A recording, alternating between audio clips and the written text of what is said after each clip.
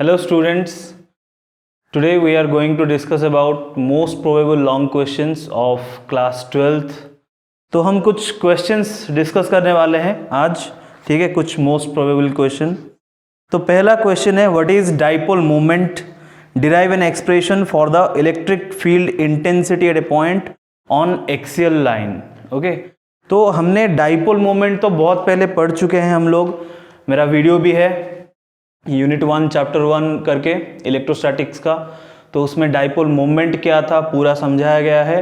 तो axial line में हमें इलेक्ट्रिक फील्ड इंटेंसिटी कितना आ रहा है वो निकालना है। तो एक्सियल लाइन आपको याद होगा, प्रीवियस वीडियो में भी हम लोगों ने किया था। पहले हम लोग दो चार्ज लिए थे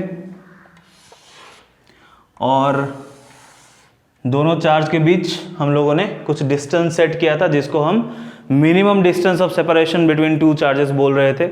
मान लेते हैं ये नेगेटिव चार्ज है और ये पॉजिटिव चार्ज है, ठीक है। तो डाइपोल में कहा गया था कि जो मिनिमम डिस्टेंस ऑफ सेपरेशन होगा वो कितना होगा, 2L होगा, ठीक है। अभी हम एज्यूम करते हैं कि ये जो पॉइंट है O, ये है centre of the dipole. Dipole क्यों बोलते हैं, क्योंकि दो पोल है इसमें, पॉजिटिव एंड नेगेटिव। तो ये वाला सेक्शन हो गया L और ये वाला भी हो गया L। अभी आपको इलेक्ट्रिक फील्ड इंटेंसिटी कहाँ पे निकालना है आपको डिसाइड करना है। आपको राइट साइड में निकालना है या फिर लेफ्ट साइड में निकालना है। तो हम राइट साइड ही लेते हैं।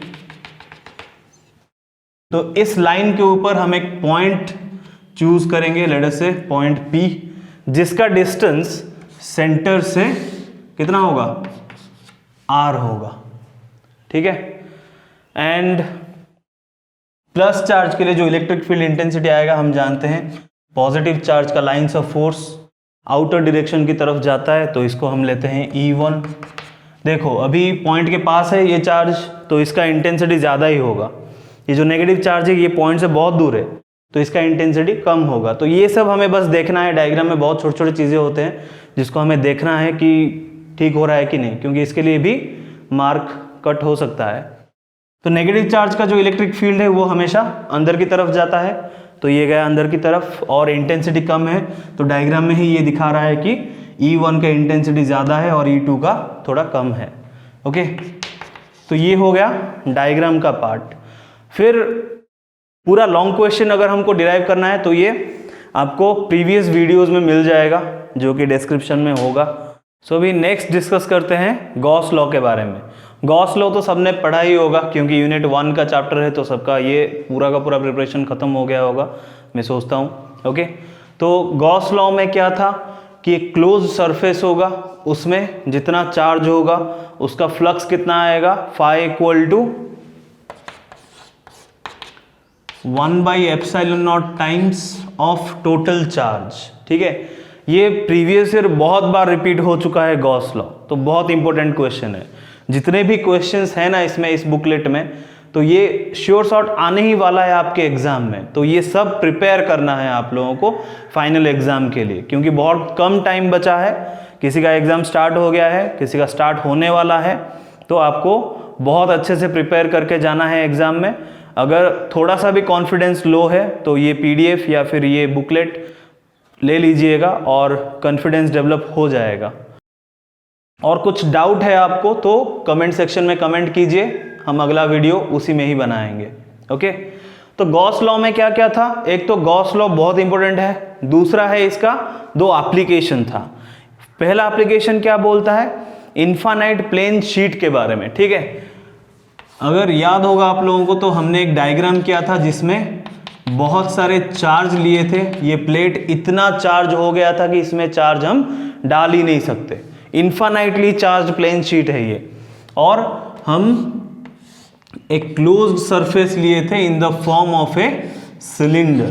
तो ये वाला हमने किए थे, ठीक है। तो ये हो गया। और एक लॉन्ग क्वेश्चन गॉस लॉ, उसका फर्स्ट एप्लीकेशन ये आएगा, बहुत इंपॉर्टेंट क्वेश्चन। दूसरा क्या था, Gauss law and it's second application, जो कि इनफाइनाइटली चार्ज्ड वायर के बारे में था। एक वायर था, उसमें चार्ज इनफाइनाइटली चार्ज हो गया था वो वायर, और हम एक क्लोज सरफेस लिए थे in the form of a cylinder. ये भी एक बहुत इंपॉर्टेंट लॉन्ग क्वेश्चन है, ठीक है। तो नेक्स्ट हम डिस्कस करने वाले हैं कैपेसिटर। आप लोग जानते हो कि कैपेसिटर कितना इंपॉर्टेंट चैप्टर है, ओके। तो इसमें बहुत सारे क्वेश्चंस थे, बट प्रीवियस ईयर देखने के बाद कुछ ऐसे क्वेश्चंस मिले जो बहुत इंपॉर्टेंट लगे। तो पहला हम डिस्कस करेंगे parallel plate capacitor, okay. Parallel plate capacitor में भी दो केस थे, एक था parallel plate capacitor without medium जिसमें एयर होगा, और नेक्स्ट था parallel plate capacitor with medium जिसमें हम पैरेलल प्लेट कैपेसिटर के अंदर एक डाइलेक्ट्रिक प्लेस किए थे। तो ये सारे लॉन्ग क्वेश्चन बहुत इंपॉर्टेंट है। नेक्स्ट वही कैपेसिटर चैप्टर में और एक था capacitor in series and capacitor in parallel and combination of capacitors in series and parallel, okay. तो ये सब डायग्राम बेस्ड क्वेश्चन भी आ सकता है, capacitor in series, capacitor in parallel, numericals भी आ सकता है इसके ऊपर, या फिर इसी को ही लॉन्ग क्वेश्चन करके डाल सकता है, ठीक है। तो ये प्रोबेबल है। नेक्स्ट है हमारा किरचॉफ्स लॉ।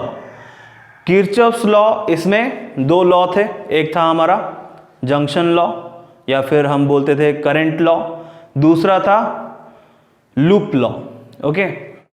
तो जंक्शन लॉ में क्या होता है कि करंट हर एक डायरेक्शन से आएगा वायर में, मान लो ऐसे आ गया, जितना करंट आएगा उतना ही बाहर जाएगा, ठीक है। तो किरचॉफ ने अपने फर्स्ट लॉ में बोला था यहां पे जो जंक्शन क्रिएट हो रहा है, इस जंक्शन पे टोटल करंट कितना होगा, जीरो, ओके। तो यहां पे टोटल करंट क्या होगा, जीरो होगा। नेक्स्ट उनका सेकेंड लॉ था लूप के ऊपर। अगर हम एक क्लोज्ड लूप लेंगे, ओके, मान लो ये क्लोज्ड लूप हम लेते हैं, तो इसमें क्या बोले थे वो, जो टोटल पोटेंशियल आएगा इस लूप में वो कितना होगा, वो भी जीरो ही होगा। तो ये फर्स्ट लॉ के बारे में कुछ साइन कन्वेंशन थे, सेकेंड लॉ के बारे में कुछ साइन कन्वेंशन थे, ओके। नेक्स्ट उसके बाद आएगा हमारा ह्यूस्टन ब्रिज, जो कि किरचॉफ्स लॉ के साथ मिलके ही आएगा।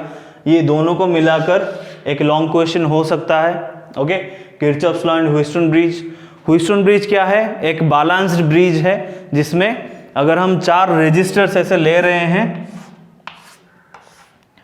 मान लेते हैं यहां पे कुछ रेजिस्टर्स हम लेंगे,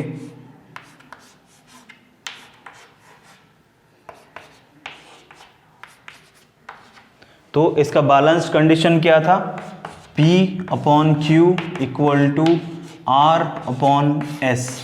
ये था ह्यूस्टन ब्रिज का बैलेंस्ड कंडीशन। और ये ब्रिज बैलेंस कब होगा, जब गैल्वेनोमीटर में करंट कितना जाएगा, जीरो। मतलब गैल्वेनोमीटर अगर जीरो डिफ्लेक्शन दिखाता है तभी जाके ये बैलेंस्ड कंडीशन आ सकता है, ओके। देन ह्यूस्टन ब्रिज का ही एक प्रैक्टिकल एप्लीकेशन हम जानते हैं कि मीटर ब्रिज है, ओके। तो ये मीटर ब्रिज के ऊपर भी क्वेश्चन आ सकता है। आपको थ्योरी वाइज थोड़ा प्रिपेयर होना है, क्योंकि डायग्राम के लिए भी 1 to 2 मार्क है, थ्योरी के लिए 2 मार्क है, और आपका जो फाइनल फॉर्मूला आएगा उसके लिए भी 1 to 2 मार्क होगा। मार्क डिस्ट्रीब्यूशन देख के ही लिखना है हमको। तो पहले तो आपको डायग्राम करना पड़ेगा मीटर ब्रिज का, उसके बाद उसका थ्योरी लिखना पड़ेगा कि कितने मीटर का वायर लगता है। नॉर्मली मीटर ब्रिज में 1 मीटर या फिर 100 सेंटीमीटर का वायर लगता है।